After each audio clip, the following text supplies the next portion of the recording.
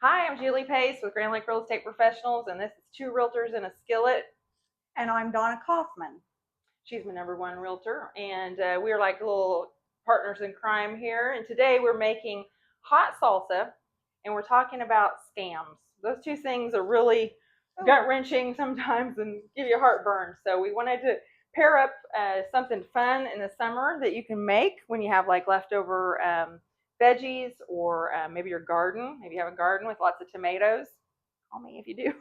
Yeah, for sure. I've never made salsa, so I'm You've really never made excited salsa? about this. I Yeah. could eat salsa on everything. Like I put on my eggs. I would put salsa on salsa if I could. So I got it down to a little science. But no, and scams are a thing that are happening right now. We see it a lot as realtors on our end, on just social media posts, all kinds of things. So we wanted to touch base with you guys a little bit on what the scams are that are going around and how we can maybe remedy those, or at least you acknowledge the red flags and that you realize, hey, something's not right here. And you can always call us and say, hey, Donna, I got an email that they're asking for my social security number and they're acting like they're you. Is that real? And she's going to say, no, No way. no way, no. No. Realtors will never ask you for your social or your bank account information, your bank account number, or anything like that. Those things, when you get money or pay for a house at closing, those are handled by the title companies in a secure manner. So, And that's what I always tell people too, Julie, is do not take wiring instructions from me. Do not give me any of that information. And when you do get that email from the title company, you want to call the title company and speak to the person and say, did I get this from you? And are these the correct numbers? Otherwise, those things can get scammed. And I'm just going to give you a for instance. When it was years ago, when it first came about, and I don't know what real estate company I was with, but there was a little girl in Tulsa. She had saved her money to buy a home, $25,000. And she had taken the wiring instructions from the realtor, and her money was gone.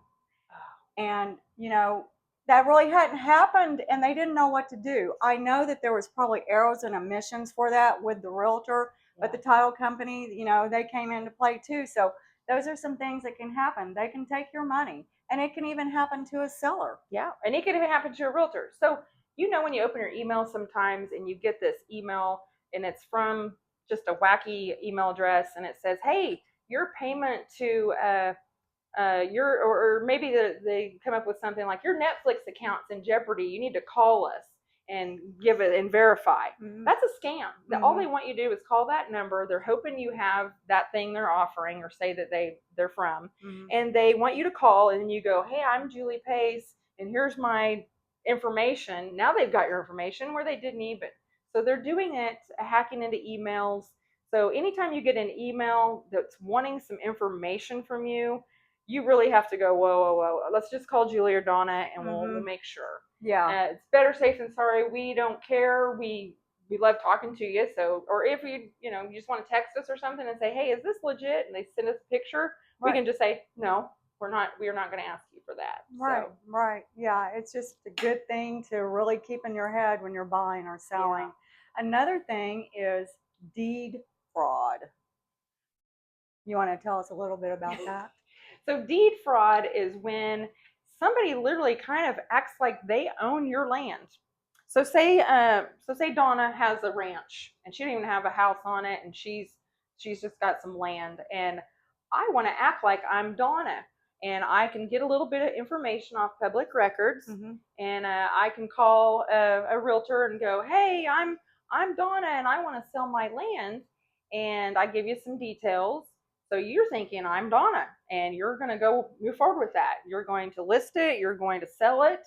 Title company is going to do their research, but they almost sometimes don't know till the very end that I'm not Donna, that that's Donna, and Donna doesn't even know what's going on. So we get a little bit of that, and so they've created this form that basically warns clients, here's some things that you can check on and protect yourself, and that you acknowledge that these kinds of fraud exist. Right. And she has the form here. It's just a one-page form, and it's something new. Oh, that's the wire fraud. Sorry. That is a requirement. So if you have a realtor that is not requiring you to sign this form, that's another red flag. You need to say, hey, I heard Julie and Donna talking about deed fraud, and there's a form that you have to sign. Yeah. So yeah, this is it. And if you want to read any highlights. Yeah, it tells you what is deed theft, and it means intentionally altering, falsifying, forging, or misrepresenting a document relating to real property with the intent to deceive, defraud, or unlawfully transfer. Then it gives you signs of potential deed theft that includes receiving the mail, like we talked about, or notices about loans, mortgages, or utility accounts you don't have open, not receiving your expected property tax bill, or finding your name removed in the public records from, and without knowledge, and then a deed, mortgage, or a lien that appears in public records that you did not sign, new loans or lines of credit. And the way you can protect yourself is periodically check county land records to ensure your name remains on the title. Keep your personal and financial information secure online. Regularly check your credit report for signs of identity theft. Immediately investigate any suspicious mail or notices, anything like that involving your property. And do not leave when you go on vacation. Either have your mail stopped at the post office or have a friend pick it up, because people will get out of the car and they'll run up and get your mail. And that's how a lot of it comes about. Yeah. So if you're sitting there and you're wondering, well, how can I check county records?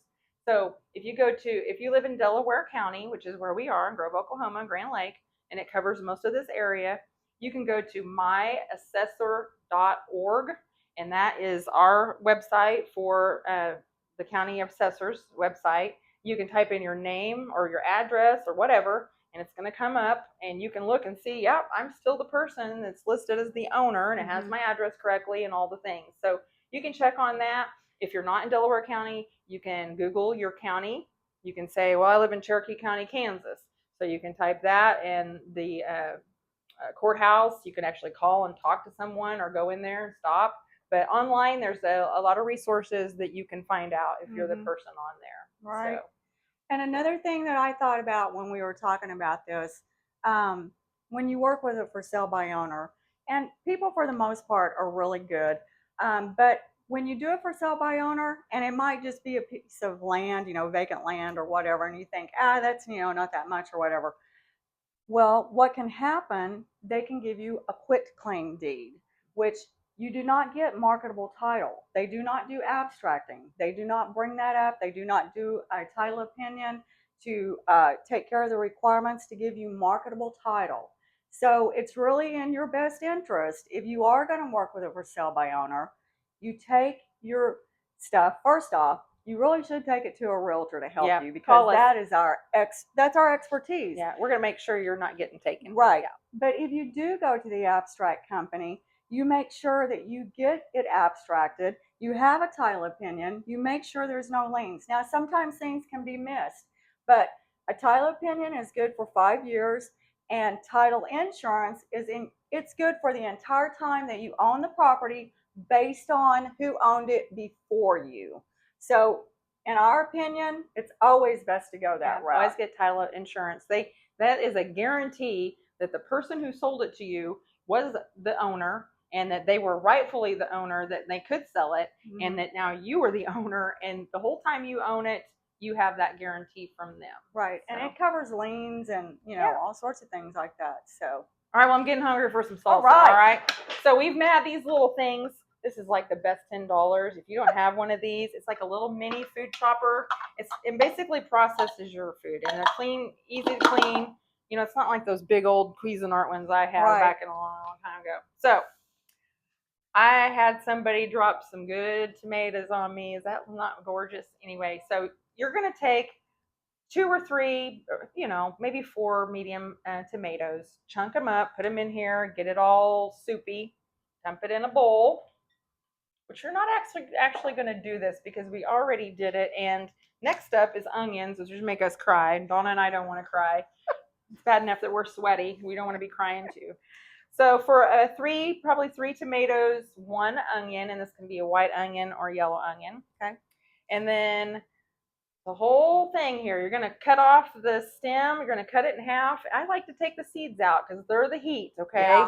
Yeah, they're the things that are going to get you. Now, the more you make, you could put 2 of these in, but let's start with 1 because there's not that much. This is cheating, but this is, I call it jarlic. It's garlic in a jar. So jarlic, you're going to do a little heaping spoonful. So you're going to blend up these things separately. You're going to do this, dump it. You're going to chop up the onion in here too, dump it. You're going to grind this up, dump it. And then this is just going to go in the bowl. And then the secret ingredient, there's 2 secret ingredients, and I already forgot one. Gosh, can't take me anywhere, right? You just don't want me to know how to really make it. Oh gosh, where is it? All right, we're gonna find it. The tomatoes look great. Ooh, homegrown. They are homegrown. Ooh. Yeah, I got a little hookup. I'm not gonna tell you where I get those. I won't get them anymore, right?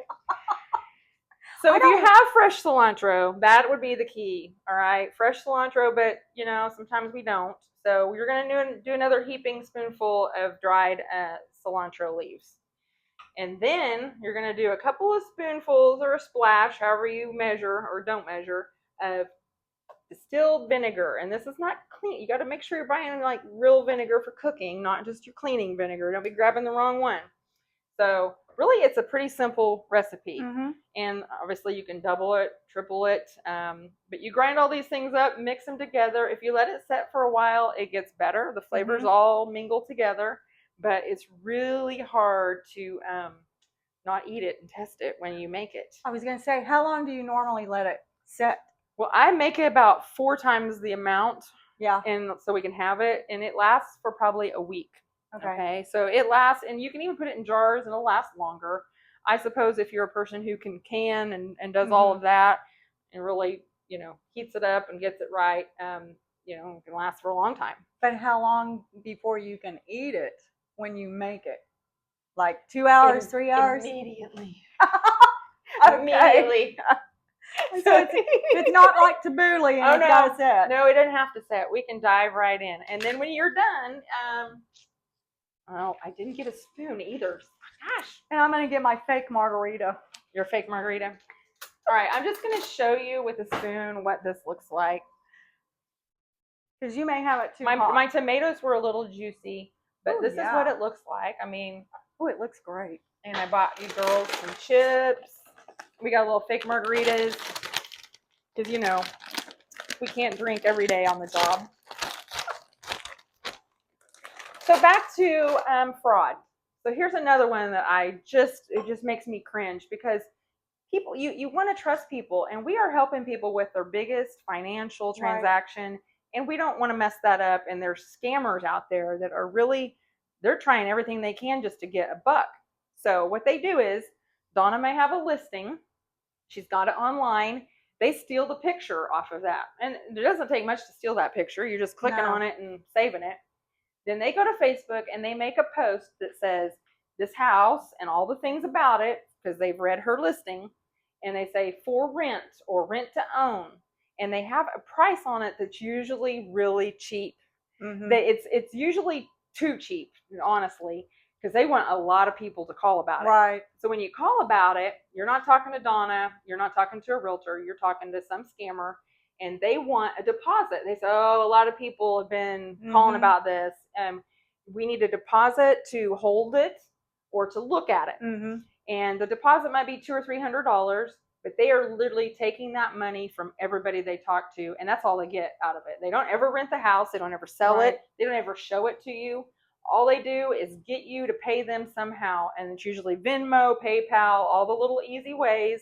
If it's too easy and cheap, look out. Yeah. It is a scam, because we don't do that. Very, very few of our listings are ever rentable or anything like that. And if they are, we line up people for that. So any house that's for sale and they say, rent to own, yeah, you really need to think about that. And I know of 2 instances here recently around Grove that has happened here recently. I used to see it a lot in Joplin when we were looking for our son up there. And yeah, I mean, it's everywhere. We're not in a place that it doesn't happen. It happens here just like the big cities. And another thing, I mean, we're not immune to getting hacked. So you just always double check. I mean, we're never going to get mad when you call and say, hey, did you send me an email about whatever? Yeah. If we're in the middle of a deal, there's lots of paperwork you're going to have to fill out. So if you get into a deal like a for sale by owner and they don't want to fill out paperwork, that's a red flag.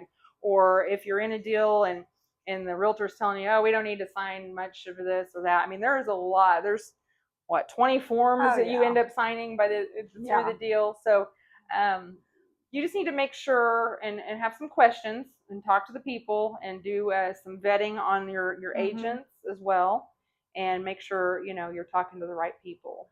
And for sale by owner too, the property condition disclosure, they don't have to fill one out. Yeah. When you are working with a realtor and it's listed and there's criteria to meet for doing a property condition disclosure, and there's criteria if you do a disclaimer, but you have an exemption form to go through, and you have to meet the criteria of that, or you've got to fill one out as an owner. Yeah.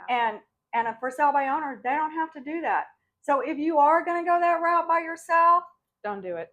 Get a realtor, because we can still help you with for sale by owners. That's right. I bought a for sale by owner. Yeah. My last deal was a for sale by owner. I've done multiple of those, and I'm working with the buyer to make sure it's okay. Because anytime you get the buyer and seller talking to each other, there's promises made, there's things said that nobody gets in writing. And if it's not in writing, we have no way of knowing what you promised or how much. And you get to the closing table and you're like, that's not what I said. I went to the closing table one time and the guy goes, now this was supposed to include your 4x4 little razor, the things you do buggy. And I was like, what are you talking about?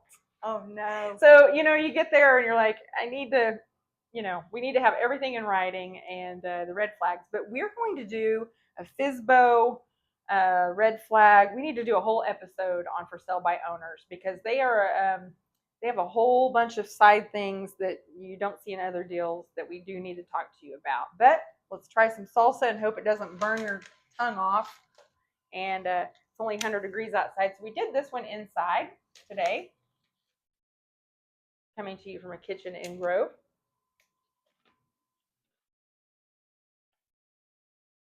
A little warm.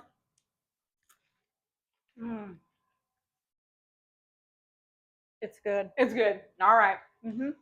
So you can always check us out. And I always forget. Why do I forget to ask people this?